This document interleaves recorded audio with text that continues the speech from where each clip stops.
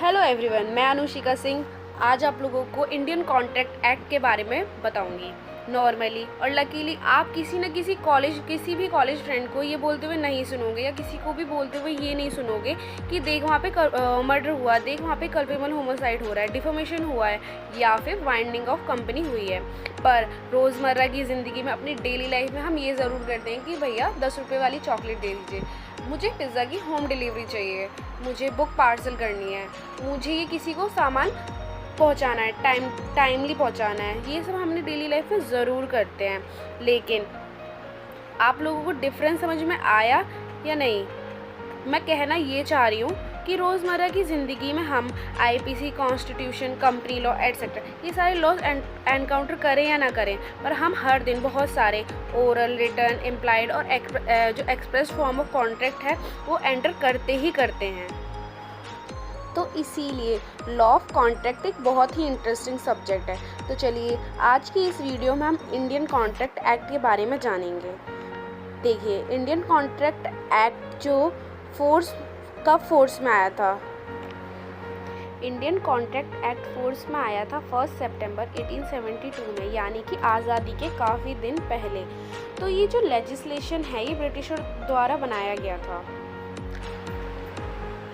इसमें total 266 section है और जिसका डिवीज़न कुछ इस प्रकार है। पहला, फर्स्ट से लेके 75 तक जनरल प्रोविज़न है, 76 से लेके 123 तक सेल्स ऑफ गुड है, 124 147 तक इंडेमनिटी एंड गारंटी, बहुत ही ज़्यादा इम्पॉर्टेंट है ये, और 148 से लेके 181 तक बेलमेंट एंड प्लेज है, 182 और 238 से लेके एजेंसी है, और 239 और 266 तक पार्टनरशिप है। और पर 1930 में क्या हुआ कि इस एक्ट में ये पार्ट्स है वो जो 76 से लेके 123 सेल्स ऑफ गुड है उसको हटा दिया गया और उसकी जगह एक सेपरेट लेजिस्लेशन यानी कि सेल्स ऑफ गुड एक्ट बना दिया गया।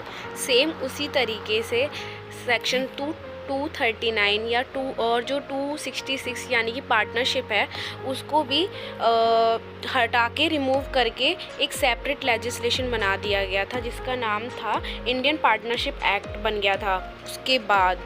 और ये सारे जितने भी सेक्शंस हैं सबसे ज़्यादा इम्पोर्टेंट है इंडेमनिटी और गारंटी, ये पढ़ना बहुत ही ज़्यादा ज़रूरी है। और ये जो हम इंडियन कॉन्ट्रैक्ट एक्ट पढ़ते हैं ये आगे भी हमारे काम आता है, यानी कि जुडिशरी हो गया। वैसे तो मैंने फर्स्ट ईयर में बहुत लाइटली लिया था लेकिन उसके बाद मैंने फिर से पढ़ना शुरू किया था, लेकिन इतना ईजी लगा, फिर पढ़ने में बहुत ही मज़ा आने लगा। चलिए आज के इस वीडियो में हम जनरल कॉन्ट्रैक्ट कैसे बनते हैं इसके बारे में जानेंगे। अब मैं आपके सामने 2 स्टेटमेंट बोलूँगी। पहला कि मैंने ऋतिक के साथ एक प्रॉपर्टी का एक एग्रीमेंट किया,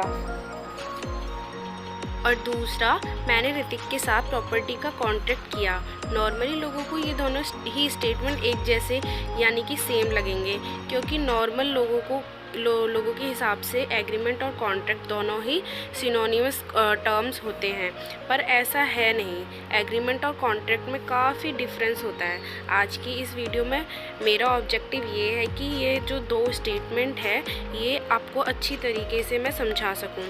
चलिए जो all contracts are agreement but all agreements are not contract, इन 2 स्टेटमेंट को समझने के लिए पहले ये 2 टर्म समझना होगा कि कॉन्ट्रैक्ट और एग्रीमेंट, जिसके लिए हम एक बहुत सिंपल एग्जांपल लेंगे। चलिए आप भी पार्टिसिपेट कीजिए। मैंने कहा क्या आप मेरा लैपटॉप 30,000 रुपये में ख़रीदोगे? और आप कहेंगे हाँ, मैं ये लैपटॉप आपसे 30,000 रुपये में ख़रीदूँगा। तो बहुत ही सिंपल एग्जाम्पल था, सिर्फ 2 स्टेटमेंट का, पर इन्हीं 2 स्टेटमेंट से पूरी चेन ऑफ वर्ड समझेंगे और कॉन्ट्रैक्ट और एग्रीमेंट में डिफरेंशिएट करेंगे। तो जब मैंने आपसे पूछा कि क्या आप मेरा लैपटॉप 30,000 रुपये में ख़रीदेंगे? तो जो मेरा स्टेटमेंट था ये था प्रपोज़ल या फिर ऑफ़र। प्रपोज़ल ऑफ़र दोनों सिनोनिमस टर्म होते हैं, तो ये हो गया है प्रपोज़ल। तो आपने मुझसे कहा कि हाँ मैं ये आपका लैपटॉप 30,000 रुपये में ख़रीदूँगा, ये हो गया उस ऑफ़र का एक्सेप्टेंस। तो जैसे ही प्रपोज़ल या ऑफ़र एक्सेप्ट हो जाता है वो बन जाता है प्रॉमिस। अब इस प्रॉमिस में कंसिडरेशन था कि हाँ मुझे 30,000 रुपये मिल रहे थे और आपको लैपटॉप मिल रहा था। तो जैसे ही प्रॉमिस में कंसिडरेशन सेटिस्फाई होता है तो वो बन जाता है हमारा एग्रीमेंट। तो आप लोगों को इस एग्जांपल से पता चल ही गया होगा कि एग्रीमेंट कैसे बनता है। अब इन्हीं टर्म को इंडियन कॉन्ट्रैक्ट एक्ट के हिसाब से समझते हैं। सबसे पहले है 2B जो डिफ़ाइन करता है प्रॉमिस को। ये कहता है कि एवरी प्रपोजल और offer with the acceptance become a promise. जैसे ही किसी ऑफ़र को एक्सेप्टेड कर लिया जाता है वो बन जाता है प्रॉमिस। और ये कहता है कि हर वो सेट ऑफ प्रॉमिस जो एक दूसरे के लिए कंसिडरेशन फॉर्म करते हैं वो होते हैं एग्रीमेंट। अब हम देखते हैं कि एग्रीमेंट कॉन्ट्रैक्ट कैसे बनता है। कॉन्ट्रैक्ट डिफ़ाइन करता है 2H में। अब देखिए एग्रीमेंट से कॉन्ट्रैक्ट बनने के लिए सिर्फ एक रिक्वायरमेंट होती है कि हर वो एग्रीमेंट जो इन्फोर्सिबल बाय लॉ हो वो बनेगा कॉन्ट्रैक्ट, और यही है 2H की definition. Every agreement enforceable by law is a contract. अब ये इन्फोर्सिबल का मतलब क्या होता है? इन्फोर्सिबल का मतलब होता है कि जिसे लॉ फोर्स में ला सके, जिसे लॉ यूज़ कर सके। एनफोर्सिबिलिटी को अब हम 2 कॉमन एग्जाम्पल से समझते हैं।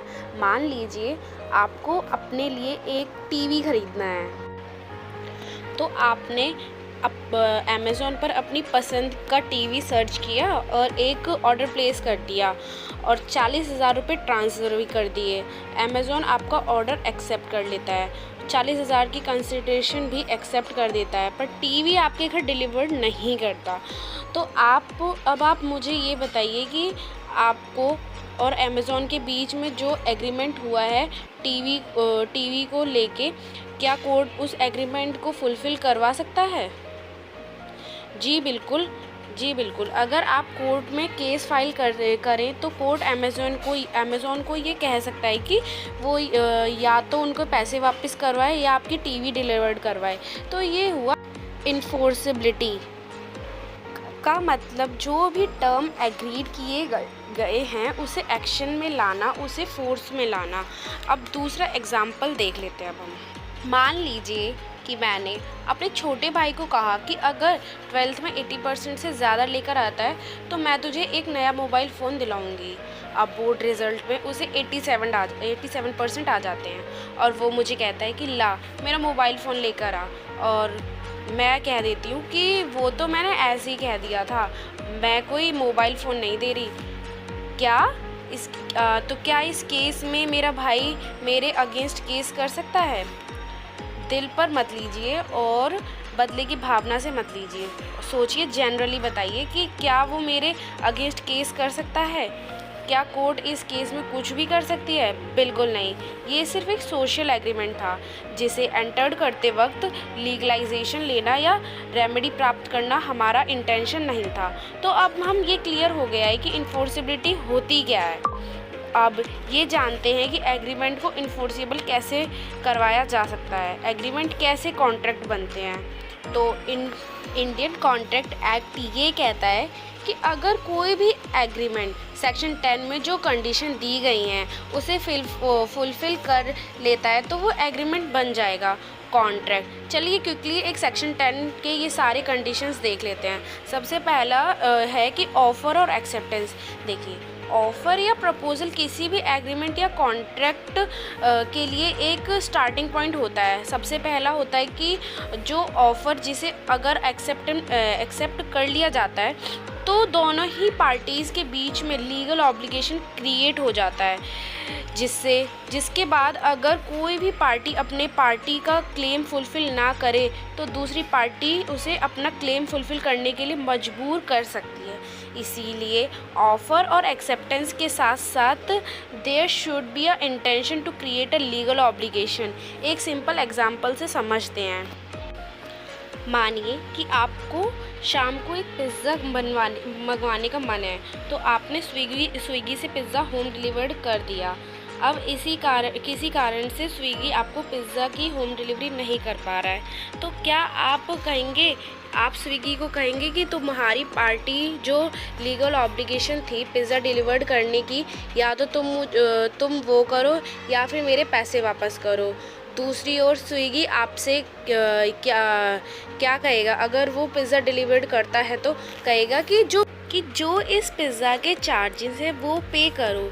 तो ऑफ़र एक्सेप्टेंस होने के बाद दोनों पार्टीज़ के बीच में लीगल ऑब्लिगेशन क्रिएट हो जाती है, जिससे दोनों ही पार्टीज़ एक दूसरे को क्लेम को फुलफ़िल करने के लिए कह सकती हैं। तो पहली कंडीशंस है ऑफ़र एंड एक्सेप्टेंस होनी चाहिए। दूसरा, कॉन्ट्रैक्ट करते वक्त there should be a intention to create a legal obligation.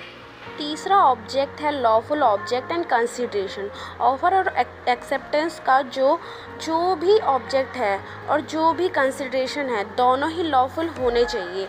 जैसे हमने पहले ही एग्जांपल में देखा था कि मैं आपको अगर लैपटॉप ऑफ़र कर रही थी, आप मुझे 30,000 रुपये दे रहे थे, तो दोनों ही ऑब्जेक्ट और कंसिडरेशन लॉफुल था, तो वो एग्रीमेंट बन जाएगा। कॉन्ट्रैक्ट के कुछ अब अनलॉफुल ऑब्जेक्ट और कंसिडरेशन के एग्जांपल देखते हैं क्लियरिटी के लिए। मान लीजिए एक ए पर्सन है जिसने किसी यूनिवर्सिटी का जो एग्ज़ाम पेपर है वो लीक करवा लिया और वो उसे बेच रहा था बी को। बी ने कहा कि मुझे अगर तू लीक पेपर देगा तो मैं तुझे 20,000 रुपये दूंगा। ए ने उसे वो पेपर देते हैं पर बी उसे पैसे देने से मना कर देता है। क्या ए इस सिनेरियो पर कुछ कर सकता है? नहीं, क्योंकि ये वैलिड कॉन्ट्रैक्ट नहीं है, क्योंकि ये इन्फोर्सिबल कॉन्ट्रैक्ट है ही नहीं, क्योंकि जो उसका जो ऑब्जेक्ट था वो इल्लीगल था, वो अनलॉफुल था। तो जो कॉन्ट्रैक्ट दोनों ही अनलॉफुल होना चाहिए। अगर वो अनलॉफुल होते हैं वो एग्रीमेंट कॉन्ट्रैक्ट नहीं बन पाएगा, वो इन्फोर्स नहीं हो पाएगा। नेक्स्ट पॉइंट है कॉम्पिटेंट पार्टीज़ का मतलब। वो दो जो कॉम्पिटेंट पार्टीज़ होती क्या है? कॉम्पिटेंट पार्टीज़ का मतलब वो दो पार्टीज़, मतलब वो जो ऑफ़र कर रही है, एक्सेप्ट कर रही है, जो भी इस कॉन्ट्रैक्ट में इन्वॉल्व है, all the parties should be a competent. अब कॉम्पिटेंट पार्टीज़ का क्या मतलब है? मतलब हुआ, पहला, there should be a sound mind. दूसरा, there should be a above 18। There should be a major capable of making their own decision. तीसरा, there should not be a disqualified by law. और फोर्थ है, there should not be a alien enemy. जो ऐसे बहुत सारे criteria हैं तो fulfil होने चाहिए, तभी वो कॉम्पिटेंट पार्टीज़ होनी चाहिए। तो अभी तक हमने क्या देखा कि एक प्रॉपर ऑफ़र और एक्सेप्टेंस होना चाहिए with the intention to create a legal obligation. दूसरा, लॉफुल ऑब्जेक्ट होना चाहिए, लॉफुल कंसिडरेशन होनी चाहिए, पार्टीज़ इन्वॉल्व जो है कॉम्पिटेंट होनी चाहिए, वो जो समझ सके कि वो क्या ऑफ़र कर रहे हैं और क्या एक्सेप्ट कर रहे हैं, टर्म्स एंड कंडीशन समझ सकें। लास्ट कंडीशन है फ्री कंसेंट। जो भी पार्टीज़ कॉन्ट्रैक्ट एंटर करती है, जो भी ऑफ़र और एक्सेप्ट करती है, ये सारी चीज़ें फ्री कंसेंट से होनी चाहिए। अब मैंने सिर्फ कंसेंट क्यों नहीं लिखा, फ्री कंसेंट क्यों लिखा है, चलिए तो एक एग्जांपल से समझ ही लेते हैं। मान लीजिए किसी ने आप पर बंदूक रखी और आपसे कहा कि 10,000 रुपये निकालो वरना गोली चल जाएगी। इससे डर से आपको पास जो भी पैसे होते हैं आप उसे इंसान को दे देते हो। तो ये जो एक्ट था कि उसे ऑफ़र किया कि पैसे निकालो और आपने जो एक्सेप्ट करके जो पैसे उसे दिए, क्या वो मर्ज़ी से हो रहा है? नहीं, कंसेंट, वो फ्री कंसेंट नहीं है। तो इंडियन कॉन्ट्रैक्ट भी यही कहता है कि कॉन्ट्रैक्ट एंटर करते वक्त अगर आप दोनों से किसी भी पार्टी की कंसेंट, वो 5 चीज़ें सिनेरियो क्या कहते हैं, caution, fraud, mistake, undue influence, mistake presentation, इन 5 चीज़ों की इन्फ्लुएंस्ड होती है तो ये जो कॉन्ट्रैक्ट होता है। Thank you so much for watching this video. Please subscribe करना ना भूलें और पूरी वीडियो को देखें। इसका सेकंड पार्ट जल्दी आएगा। Thank you so much again.